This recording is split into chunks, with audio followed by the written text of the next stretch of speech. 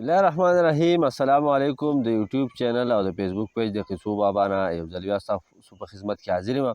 او د ټیک ټاک آی ډي شته که څوک ټیک ټاک استعمالوي نو قصو بابا هلته هم شته د خیره سره.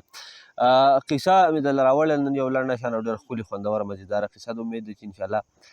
د ټولو ملګرو به خوښه شي. قصه ده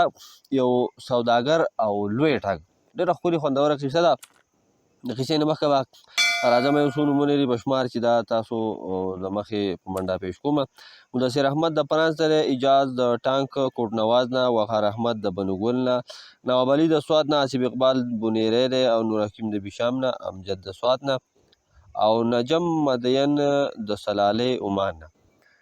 نو دا یو څو نومونه چې ما ستاسو د مخکې وویل، که د چا نومونه پکې پاتې شوي یا زما نه هېر شوي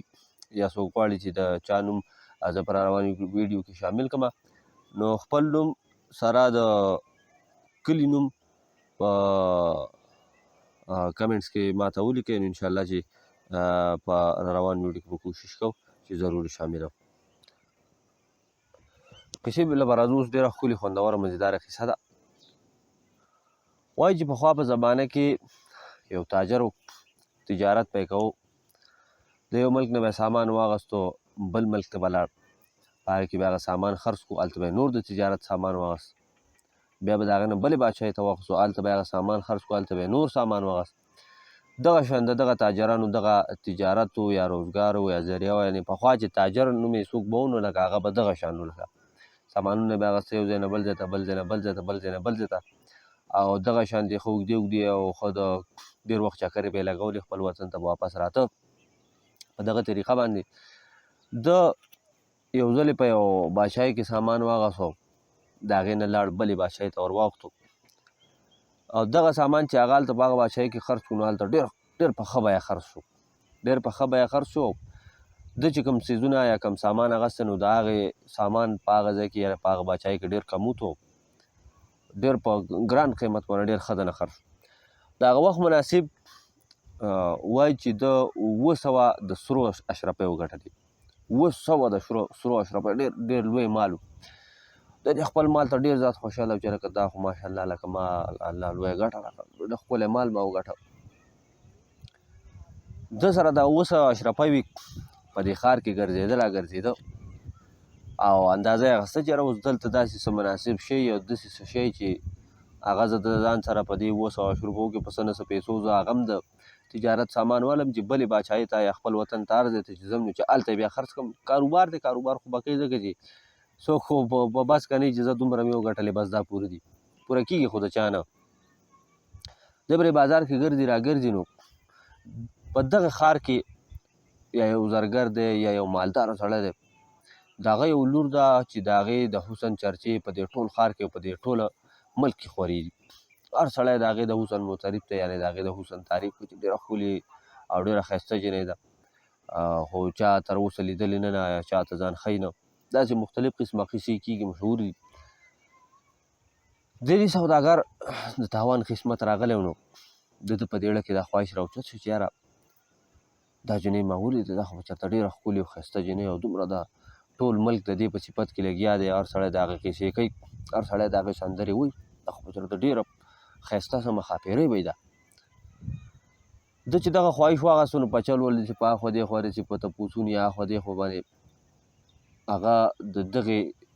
جینۍ کور معلوم کړو. د دغې جینۍ کور چې معلوم کړو نو کور څه دی خو مثال کې یو غټه بنګله ده، یو غټه بنګله ده او ښه نوکران خادمان او خدمتګاران او دا ټول پکې شته. دی چې اوس لاړ نو دی د دې بنګلې نه ګیر چاپېره چورلي، کله یو طرف ته کېږي کله بل طرف ته، خو څه توله څه خبره یې نه برابرېږي چې یاره زه یعنې زه په څه طریقه اوس دا خبره وکړم چې لکه زه دې کور کې یا داسې جینۍ ده یا د هغې سره میلاوېږم یا مې د هغې د حسن اورېدلې، د هغې حسن یې نمایه څه خبره، داسې څه خبره خو اوس د هغه د خولې نه نه شي کولی. خیر دغه یو ورځ نیمه د دې کور نه طواف وکړو، اخوا دېخوا څه خوند یې ونه کړو. بیا ده اندازه واخیسته د دغې جینۍ کور ته به یو خدمتګار راتله، د بل ځای نه د ورځې به یې خدمت کوو او د شپې به هم دغلته پاتې کېده او کله ناکله به بازار ته یا دوکان ته یا داسې سودا مودا لپاره یا د غرض لپاره به بهر ته هم راتله. دې سوداګر دغې خدمتګارې له یا دغې نوکرې له یو اشرفۍ 2 د سرو زرو ورکړل چې هغه د هغې دپاره ډېر لوی شی و. هغه یې د ځان سره جوړه کړه، په خپله سلا یې کړه. هغې ته بیا دغه خبره وکړه چې یاره زما په اړه کې دغه شان خواهش دی چې زه د دغه نجلۍ وینم، دغه ښایسته نجلۍ ده چې ما چېرته ولیده، دې سره زما ملاقات وشوی. د دې د ملاقات ډېر زیات شوقي یم که ته په څه طریقه باندې د دې سره زما ملاقات وکړي او زما سره په جیب کې را سره دا تاله چې مې څنګه درکړه نو داسې را سره 700 د سرو زرو اشرفۍ دي او دغه جنۍ له چې که څه قسمه تحفه یا څه قسمه ډالۍ دا غواړي نو لکه زه هر نمونه ډالۍ اخیستی شم، داسې ورک سپک سړی نه یم، غټ تاجر تجارتي سړی یم. دغې خدمتګارې چې دا کیسه اورېدله نو سیده تلله دغې امیرزادګۍ ته یعنې د دغې امیر سړي د زوی ته د لور ته دا کیسه کړله چې یاره دغه شانتې یو سوداګر راغلی او تاجر راغلی او دغه شان خبره کوي، ستا د ملاقات ډېر سخت شوقین دی او ما خو ورته وویل چې لکه د شهزادګۍ تر ننه ورځې چا نه ده لیدلي، چا ته ځان نه ښیو، ته څنګه د هغې د ملاقات په دغه کې راغلی؟ شهزادګۍ نه خو امیرزادګۍ د امیر سړي لور ده که نه. نو بیا یې ورته دغه هم ویلي چې یاره تاجر دی او ډېر مالداره تاجر دی، ډېرې پیسې ډېر اشرفۍ دي ورسره، اوس یې چېرته پیسې ګټلي او 700 د سرو زرو اشرفۍ دي ورسره. دغې امیرزادګۍ چې دا خبره اورېدلې ده نو د دې په سترګو کې چمک راغلی دی، د دې پیسو دې خبرې ته هېڅوک نه ټینګې نه لالچ اخیستې ده، لالچ اخیستې ده، ویلي چې راشه د دې تاجر نه خو دا 200 روپۍ چپه کړه. دې خادمې ته ویلي چې ته لاړ شه دغې تاجر ته ووایه چې دا به درسره ملاقات کوي خو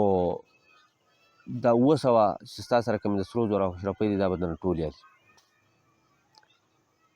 تاجر له چې دغه خادمه راغله دغه قصه یې ورته وکړه چې یاره امیرزادګۍ چې ده نو هغه دغه خبره کوي، زما په خوله په مخه شهزادګۍ راځي خو لکه تاسو ته مثال کې مطلب دغه حال صحیح ده. اکثر ځکه موږ زیاتره د بادشاهانو او د شهزادګو کیسې کوو نو هغه ژبه زما په هغې راوښتې ده. خدمتګار چې راغله تاجر ته یې وویل چې یاره امیرزادګۍ خو دغه خبره کوي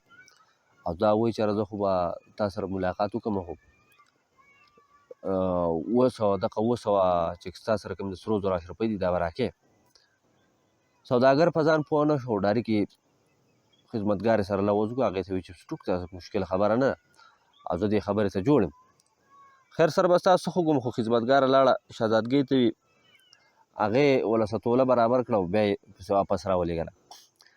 دا خدمتګاره راغله نو دا سوداګر د ځان سره په مخ کې کړه، د دې بنګلې شا طرف ته یو کمره ده چې د هغې کړکۍ ده او په دغه کړکۍ د امیرزادګۍ داسې نیمکښتې غوندې کولاو کړی داسې نیمګړی غوندې کې چې کله دا سوداګر راغی یا دا تاجر راغی دغې کړکۍ ته ودرېده چې یاره دا به اوس کولاو کېږي، زه به دا وینم زما د ملاقات خواهش به پوره شي یا خو یا دی خوا. دې سره چې څه چل وکړو چې دا کړکۍ داسې نیمکښته غوندې کولاو کړی نو دا یو لاس پکې راښکاره کړو، دا 15 واړه ګوتې یې داسې ښکاره کړه، دا بل لاس یې ښکاره کړو نو دا 2 ګوتې یې داسې کولاو کړي، دا نور لاس یې هم داسې موټی کړی دا 2 ګوتې یې داسې کولاو کړي یعنې دا 7 ګوتې یې کولاو کړي او بیا یې ده ته اواز وکړو چې دا اشرفۍ راکړه. اشرفۍ ده په تیلۍ کې یا په کڅوړۍ کې یا په څه شي کې ورسره وي نو د هغې په دغې لاس کې یې ایښي دی چې د اشرفۍ اخیستې چې بس دننه یې ایښي دی ده ته یې ویلي وي چې بس دغه دې دننې پوره وغورځه.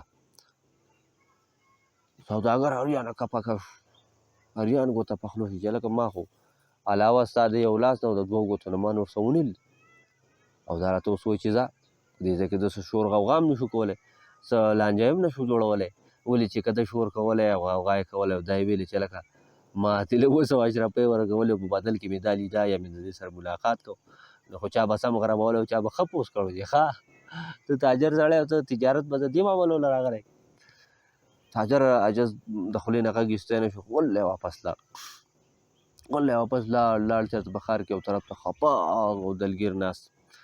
چې په یو ګړاپ کې زما نه لکه هغه 700 اشرفۍ چې کوم د سرو زرو ما ګټلې وو داسې دومره زیاتو ته خوشحاله وم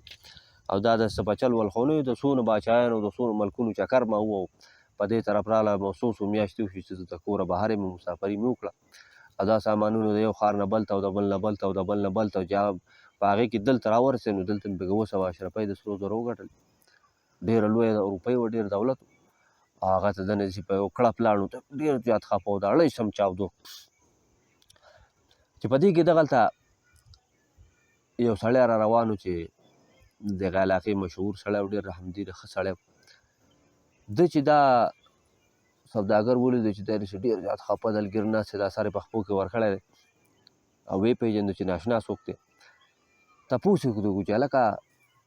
مېلمه ته څوک یې او ولې داسې دومره خفه یې، دا سر دې په زنګنانو کې ورکړی دی او داسې خفه او دلګیر ناست دی، ته خو ګویا چې دنیا د باندې ورانه شوې ده. دې سوداګر ورته دغه شان ټوله قصه کړله ښه پاکه. دغه شان خړې ور اغستی وم او 200 روپۍ مې ګټلې. بس هغه رانه خدای داسې تیم به کولی و میږي ته چې وایي خدای په قهر شي نو سانګونه وله ورکړي. نو وایي چې هغه چل زما سره وشو، دغه 200 روپو تاوان مې او دغه شان امیرزادګۍ دغه پلانکۍ امیرزادګۍ ملاقات شوق واخیستم او ما چې زه به دا وینم په هغې به پیسې ورکړم. نو هغې را سره دغه شان چل کړو، صرف یو لاس یې راته وښود او 2 ګوتې په هغې زما نه 200 د سرو زرو اشرفۍ واخیستم. بیا راته وایي چې ځه. دغه مشر سړي چې دا خبره اورېدل نو سوچ یې کړی دی، چې سوچ یې کړی دی نو ده ته ویلي چې هلکه دا خبره خو ډېره پیچیده ده، په دې کې خو زه څه نور څه امداد نه شم کولی. یو خبره کولی شم، یو امداد کولی شم چې زما ځمکې دې ډېرې غټې غټې ځمکې مې د ډېر لوی جایداد خدای را کړی دی. ته زما سره راځه چې ځو نو تاله به دې زه یو ټوټه درکړمه، یو ګوټ به درکړمه او د هندوانو د کرلو موسم دی نو ته به داسې کار وکړې چې هندوانې به وکرې. خواري محنت خو بکې بغیر د دې نه کېږي نه. هندوانې چې دې کره وکرلې، چې کله د هندوانو فصل تیار شو، هندوانې دې سرې شوې پخې شوې، نو ته به دا نیمې هندوانې به راوشو کې او دا به خرڅې کړې. دغه چې ته خرڅې کړې نو دا به ستا خرچ خوراک وغیره خو دې خوا ستا د جیب خرچ او څه نه څه د دې به آمدن وشي، نه به ستا په کار راشي. د دې نه علاوه دا نیمې هندوانې چې دي نو دا د لوی ټګ په نوم به دا وویشي، د هغه دپاره چې لکه دا د لوی ټګ د طرفه لکه زه دا ایښمه داسې به یې ویشي. بس الله به څه نه څه ستا ذریعه روانه کړي. تاجر چې دا خبره اورېدل دی حیرانه شوی دی چې هلکه مشر دا لکه ته څنګه خبره کوې، زه به څنګه د لوی ټګ په نوم یعنې د لوی ټګ د طرفه به زه هندوانې تقسیموم، دا لا څنګه خبره ده. لوی ټګ به لکه زما څه مدد وکړي، څه خدمت وکړي، په دې خبره زه پوه نه شوم. دې مشر ورته ویلي چې لوی ټګ ته نه پېژنې. لوی ټګ زموږ د دې ښار یو داسې ټګ دی چې د لوی لوی ملکونو او د ناشنا ملکونو ټګان هغو له ده دوکې ورکړي، هغه یې هم ټګاو کړي دي او د ده سره په ټګۍ کې څوک مقابله نشي کولی. خو ته هم دغه طریقه وکړه ځکه چې هسې هغه ستا په لاس نشي راتلی. نو کیدای شي چې هغه ستا له خوا له بیا راشي او ستا څه مدد ستا څه امداد وکړي او الله د هغه په ذریعه ستا څه مخه روانه کړي. د دې تاجر په دې خبره څه فکر کار ونه کړو، خو دغه مشر سړي ورته دغه لار وښود او علاوه د دغه نه بل د ده سره څه چار ځکه نه و چې څه جمع پونجي و، څه چې مال دولت و، هغه دې هغې امیرزادګۍ واخیستو، هغوی ته یې هړپ کړو. ده څه چل وکړو چې دی د دغه مشر سړي سره لاړ، هغه د ځمکې چې کوم ټوټه وه هغه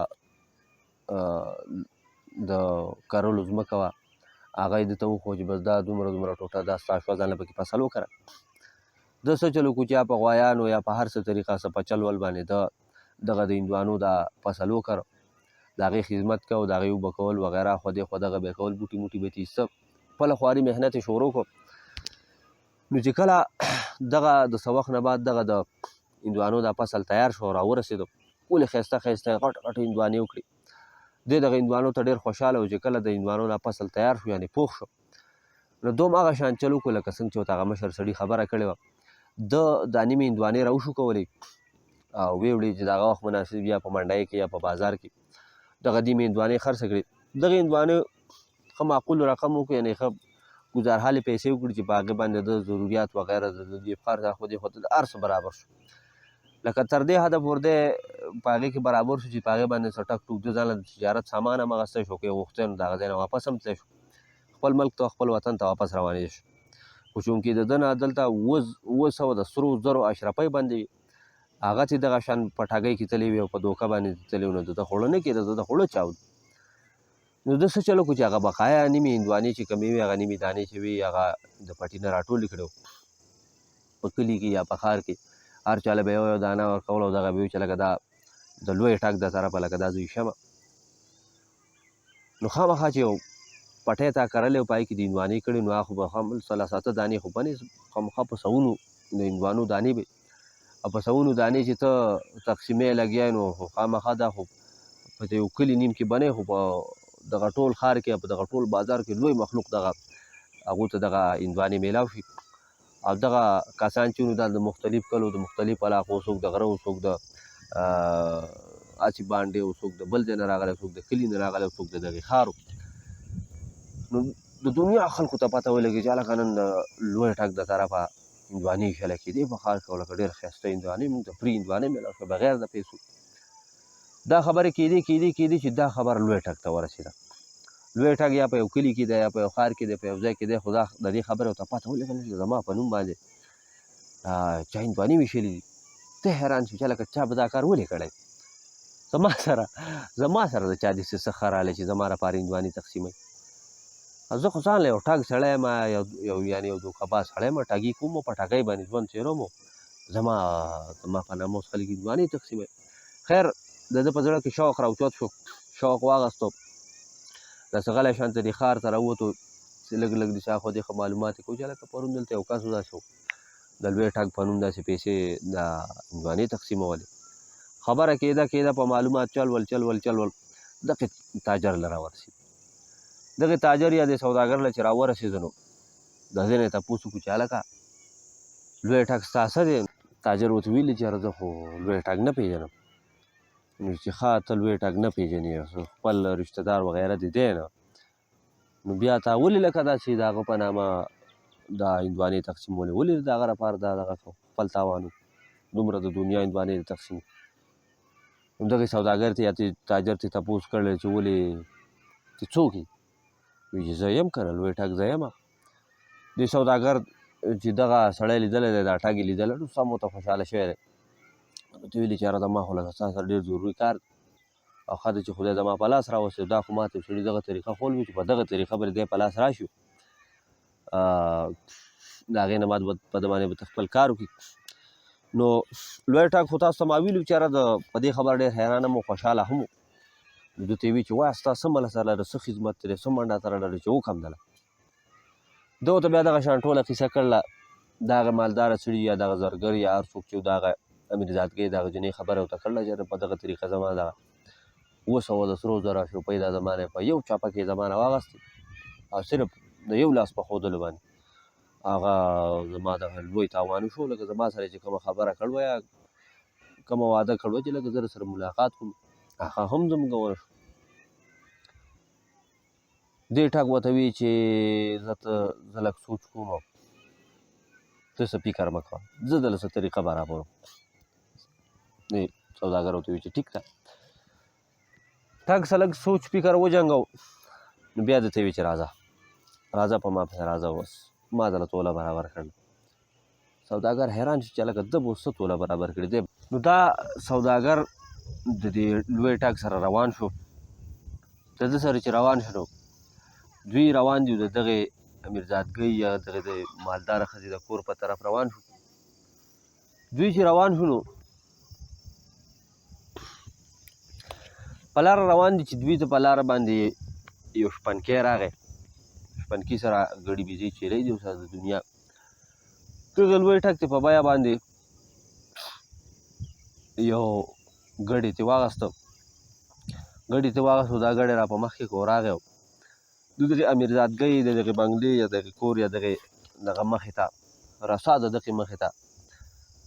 دا ګړی را وپرځو چاړه یې پسې را واغسته خو چاړه یې اوس وله په دې مرۍ راکاږي خو الټه راکاږي یعنې تیره مخ چې کوم دی هغه تیره مخ پرې نه راکاږي خو دا الټه مخ پرې راکاږي چې دا الټه مخ وله په دې سټ باندې راکاږي نو په هغې خوا غوسېږي نه خواصې هغه چاړه په اسړ ځي راځي نو د هغې نه هغه ګډ یریږي هم نو د یېرې د لاسه دا ګډ چغې وي خو دا ملک یې سم په سر راغی سم شور کوي دغې امیرزادګۍ چې داسې په دې کړکۍ کې یا په څه شي کې تماشه کړله چې یاره بهر طرف نه څه شور راځي چې څه چل دې چې تماشه کړله نو یو دوه کسان دي په الټا سایډ په پس سایډ باندې اوس ګډ راکېږي او ګډ خو په هغې حلالېږي نو دوی دا کوششونه شروع کړي په کوشش کې لګیا دي دې امیرزادګۍ خپل نوکر راغوښتې هغه ته یې ویلي چې ورشه دا څه بېوقوفان ګوره چې څه شی نه راغلی دي ځان له دا ګډ حلالۍ داسې نمونه مخلي ورشه دا ګډ ول حلال که ګډ چغې وایي دا ملکې په سر راغستی. نوکر چې راغی وینې چاړه واغسته او ښه په تیرو باندې ولو دا ګډ حلال کړه ښه مزېدار. بیا ترې لاړ. چې بیا ترې لاړ نو اوس دغې دواړو څه چل وکړو د سوداګر او د لوی ټګ څه چل وکړو ځکه چې د لوی ټګ خو دا سوداګر په کیسه پوه کړی چې دا شنچل به کوو. چې دا کله دا نوکر واپس لاړ نو د یو کس د یو طرف ته دا ګډ د یو خپین یو طرف ته ولي بل د بل طرف ته ولي او راکاږو دا زورونه شروع کړي او ورسره چغې مو باسي. دې امیرزادګۍ چې بیا په دې کړکۍ کې راښکاره شوي چې خدای پاکه بیا څه شور غوغاره بیا څه چغې جوړې دي چې څه ګورې نو سړی اوس یو طرف ته یو کس خپه نیول ده او بل طرف ته بل کس خپه نیول ده او دا راکاږي او دا چغې وباسي چې هلکه د دې ګډ نه دا سرمن ولې نه وځي. دغې امیرزادګۍ چې دا لوبه لیدلې ده نو بیا دا خپل نوکر راوغوښتلی چې ته ورشه دا خدای خبر چې د کم بېوقوفانو نه بېوقوفان پاتې شوي دي کم خمقل خلک راغلی ده دا اوس وګوره د ګډ نه به څوک سرمندي چې وباسي ورشه دا ګډ نه وله دا سرمن وباسه دې بېوقوفه له چې دا شور نه کوي دا ملک یې په سر راغستی دی. دغه نوکر راغی د دوی نه دا ګډ واغسته چاړه وغیره پسې واوته ښکلی وله دا ګډ سپین کو سرمن یې ترې وایسته او بیا ترې لاړ. چې بیا ترې لاړ نو دې ځوانانو څه چل وکړو چې اوس ورسره دومره غټ کړهی دی دا کړهی په اور باندې کېښود داسې نغری جوړ کړی ده په اور باندې کېښود خو څنګه یې کېښود الټه یې پرې کېښود. کړی په دې اور باندې الټه کېښودو د ژوندی سالم ګډ چې دی نو دا یې پې له پاسه کېښود او لاندې ته یې اور بلی دا غرغنډې خېږي دا خو په دغه چل خو ګډ نه پخېږي چې نه پخېږي نو داسې ګینټه نیمه شوې نو دوی چغې شروع کړې او دا شور یې جوړ کړی جاړې دا ملک یې په سر راغستی. دې امیرزادګۍ بیا په کړکۍ کې کتلې چې بیا څه چل دی چې بیا کتلې نو سړی اوس په الټه لوښي باندې ژوندی ګډ ایښی او دا چغې وې او جاړې چې یاره زموږ خو ګډ نه پخېږي مونږ خو وږي شوي یو. دې بیا دا نوکر راغوښتلی ورته ویلي چې ورشه خو د خدای خبر چې دا کم خماقلان راغلي دي او دا اوس وګورو په الټه لوښي کې چې دا ګډ پخ شوی دی ورشه دا ګډ وله وړوکی وړوکی که دا کړی وله په مخ که دا سالن وله پوخ که هینګولی وله پوخ که. دغه نوکر راغی دا ګډ یې ترې واغستو دا یې وړوکی وړوکی کړو پیسونه یعنې پوټي پوټي کړو دا کړی په مخ او په دې کې د دغې نه بیا سالن یا هینګولی تیار کړو ښکلی مزېدار او بیا ترې راغی. دی چې ترې بیا راغی نو بیا چغې شروع کړې دا ملک یې په سر راواغسته دا کړی ورته دې مخې ته پروت دی دوی جاړي او چغې وایي. په دې امیرزادګۍ باندې اوس سمه ساړوبي راغله چې خدای پاکه دا سړي به د دې ځای نه څنګه رخصتېږي ټایم د مازدیګر دی ناوخته دی. چې کله دوی چغې شروع کړې نو دې امیرزادګۍ بیا دا نوکر ولېږه چې ته ورشه چې دا شی نه اوس ولې چغې وایي چې څه چل وشو خوراک خو ته تیار دی پروت. دا نوکر راغی دې دوو کسانو نه یې تپوس وکړو چې هلکه لکه زمونږ نایکه یا زمونږ مالکه وایي چې اوس څه غواړې ما ته څه چل دی نو دی ورته وایي دا ټګ ورته وایي چې داسې کار دی چې موږ خو مسافر یو او ډېر د لرې ملک نه راغلي یو او زمونږ خو په کور کې لکه دا عادت دی چې مونږ په کور کې روټۍ خورو په اول ځل زمونږ مسافري ته مونږ عادت نه یو د مسافرۍ او مونږ چې په کور کې روټۍ خورو نو مونږ لکه د خپلو ښځو سره کښېنو او زمونږ چې کومې ښځې دي نو هغه لږ په خپل لاس باندې مونږ له روټۍ په خوله کې راکوي او مونږ خورو اوس هغه مونږ ته رایادې شوي او د هغې یاد د لاسه د دې خفګان د لاسه اوس دا نوړی زمونږ د مرۍ نه کاته نه ځي او اوس که چېرته چا ښځې یا جنۍ مونږ له دا لوړی په خوله کې راکړه خو زموږ د مرۍ نه به تېر شو که نه دلته په دې ځای به د لوږې نه مړ شو خوراک نه شو کولی. دغه سړی چې راغی دغه نوکر چې راغی د خپلې مالکې ته یعنې دغه امیرزادګۍ ته یې دا کیسه وکړه چې دغه شان چل دی. دې امیرزادګۍ چې سوچ وکړو چې دا شي نه خو به دلته مړه شي سبا له به په ما څه الزام راشي زما به څه بدنامي جوړه شي. دې سوچ کړی دی چې مړه په دې کې څه مسله خو نشته. دې نوکر ته یې ویلي چې ته دا دواړه کسان سره د دې خوراک او د هر څه سره یې دې محل ته رادننه کړه. دا لوی ټګ او دا سوداګر چې کله یې دې محل ته دننه کړي دي دوی په یو ځای کې په دسترخوان دی هر څه چې دغلته ناست دي نو دې امیرزادګۍ یو هغه خپله خادمه یا خدمتګاره راغوښتې ده او یو په خپله راغلې ده او ښکلي د دوی مخې ته ناست چې د دوی مخې ته ناست نو دغه چې کوم دا سوداګر دی نو د مخې ته دغه امیرزادګۍ کېناسته. امیرزادګۍ چې د مخې ته کېناسته نو ده خو د امیرزادګۍ د ده خو چې کوم دړه ارمان و نو هغه یې هم لیده او هغه دړه هغه ارمان هم پوره شو چې یار د دې دومره صفتونه کېږي د دې د صفت د دې د ښکلانو چې دا څنګه به ښکلي نو هغه ارمان د زړه پوره شو چې هغه یې ولیده او بیا ورسره هغه لوی ټګ داسې لوبه کړې وه چې همدغې امیرزادګۍ به نړۍ جوړوله او دغې سوداګر له به په خوله کې ورکوه. دی یو زورور خوشحاله دی. او دغه بله چې کومه خادمه راغله نو دغه مړۍ جوړی په دې لوی ټک باندې خوری. کله چې په دوی باندې روټۍ وخوروله دوی برابر شو. د دوی سره خو د شپې څه اسباب سامان وغیره څه شی ورسره نه نو دوی وي چې اوس به موږ اوده کېږو څنګه. نو دې امیرزادګۍ دوی له یو بړستن یا بستره د اوده کېدو دپاره ورکړه. ماښام ټایم دی یا ناوخته دی چې لږ ناوخته شو نو دوی شور شروع کړو په ژړا شو. چې په ژړا شو نو دا امیرزادګۍ پسې بیا راغله چې تاسو بیا څه شور جوړ کړی زما په محل کې دنه اوس محل تاسو یا بنګله چې دا تاسو په سر راغستې ده او څه چل دی. نو دا لوی ټک ورته وایي چې ګوره بیبي داسې کار دی چې موږ خو په خپلو کورونو کې ښه په غټ پالنګ باندې ښه د بخملو په بستره باندې او په پاسته بستره باندې عادت یو. موږ په دې وچه ځمکه اوس څنګه څملو په دې یوه بړستن کې او زموږ خو دغه یوه شپه ده او موږ د پالنګ نه بغیر موږ خوب نه شو کولی. دې امیرزادګۍ وایي چې پاکه پروردګاره دا مې څه غم په سر واخیسته، دا مې ځان له څه کار کتلی. سوچ یې وکړه نو دوی ورته وایي چې ځه ټیک ده بله لار خو نشته. پالنګونه د اوس تاسو له کم ځای ګورم خو دغه زما کمره ده او دغه پالنګ دی نو بس ځئ تاسو په دغه پالنګ کې څملی او زه به چېرته بس دا شپه دلته به چېرته په ناسته تېره کړم. دوی دواړه چې لاړه خولي په دې پالنګ کې پرېواته بړستن یې په ځان راښوته دا ټیټ کړه چې داسې ګینټه نیمه شوې ده دا امیرزادګۍ یا اوده ده یا خو دې خوا په بل څه کې مصروفه ده هر څه چې دي چې لږ ساعت شوی ده نو دا لوی ټک را پاڅېدلی دی. دې سوداګر ته یې چغه کړې چې هلکه سوداګره راپاڅه. دا سوداګر ورته په تېز اواز وایي چې ولې زه راپاڅم. وایي چې دا خدای نیکبخته د سهار ټایم شو د بانک ټایم دی بانک وایم اذان کومه او یا ته اذان وکړه خو په چغه باندې اذان وکړي چې خلک خبر شي چې بیا مونځ وکړو. امیرزادګۍ چې دا خبره اورېدلې را منډې کړې چې د خدای به نیکبخت و اوس راپسې دلته بانکونه شورونه کوي. زما پلار که خبر شو نو راشي هم تاسو پانسې کې هم زما بیړه چپه کوي. او دا خبره ورته کړله چې دا خو له د اذان ټایم هم نه دا خو لا نیمه شپه ده. خو دا لوی ټک ورته وایي چې نه دا خو سهار کېدو واله رڼا کېدو او دا خو د مسلمانۍ ملک ته موږ مسلمانان یو لکه دا بانک خو زه خامخا یم هر حال چې کېږي زه به بانک ویم او په چوت اواز کې زه بانک ویم. امیرزادګۍ ورته دا په خپو پرېږدو ته سوالونه منتونه ورته چې اوس ګوره نیمه شپه ده او د نیمه شپه چې دا زما د کور نه بانکونه شروع کړه زما دې بانکلې نه یو خو به راباندې پلار خبر شي بل به راباندې دنیا کله به راباندې خبره کړي چې لکه د دوی په کور کې اوس په دې نیمه شپه دا بانکونه ولې ویلی کېږي او رسوا به مې کړي بېعزتي به مې وشي بدنامي به مې وکړي. خو په هر څه طریقه چې خو لکه ته اوس خلار شه د دې کار نه. دې سوداګرو ته ویلي چې بس یوه طریقه شته که هغه طریقه کوي بس بیا د دې اذان نه خلارېږم. امیرزادګۍ ته ویلي چې ستا څه خوښه یې هغه خبره کوه چې څه دې په کار یې هغه وایه خو خدای ته وګوره مونږ هم معاف کړه. دغې لوی ټک ورته ویلي یاره که 1000 اشرفۍ راله د سرو زرو راکړې نو زه ټیک ته بس په دې نیمه شپه زه بانک نه یم او که 1000 اشرفۍ دې راکړې نو زه بس د دې ځای نه به مونږ بیا لاړم چې چېرته به هوټل موټل کې به شپه وکړو بل ځای به شپه وکړو. دې امیرزادګۍ چې سر ور منډه کړي دي نو 200 اشرفۍ خو سره د هغه سوداګر پرتې وي او 300 یې پسې نور کړي وي چې دا والی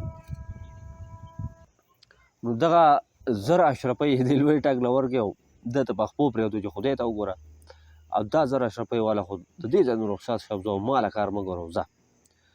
دغه امیرزادګۍ په ځان پوه هم نه شو چې یاره دا هغه سوداګر و یا هغه تاجر و چې کوم د هغه نه ما دا پیسې وهلې وي یا د پیسې ټګاو کړې وي او د دغه لوی ټک چې په دغه ټګ او په دغه ټګۍ په دغه طریقه باندې د هغه پیسې څه چې 300 د سرو زرو اشرفۍ ته لا نور سیوا هم واخیستې. کله چې دوی دغه 1000 اشرفۍ واخیستې دې لوی ټګ او دوی دواړه د دغې امیرزادګۍ د بنګلې نه بهر ته راووته نو دغه سړي دا 200 اشرفۍ ځان له واخیستې او 300 اشرفۍ ځان له کېښودې او د 200 اشرفۍ دغې سوداګر له ورکړې دغه تاجر له یې ورکړه او ده ته ویل چې دا واله خپلې پیسې او آینده دپاره بیا ګوره خیال ساته او دا خو ما دله څه طریقه برابر کړه کنې دغه 200 اشرفۍ ستا غره کې شوي وي او سر یې خوړلی او دا به دله چا راغستی نو آینده دپاره بیا خیال کوه. نو دا وه زموږ ښکلې او خوندوره او مزیداره قصه. انشاءالله امید دی چې تاسو به دا قصه خوښه شوي که خیر د نورو قصو د نورو ویډیوګانو پورې له موږ سره اوسېږئ ښه ده او بس د الله په امان.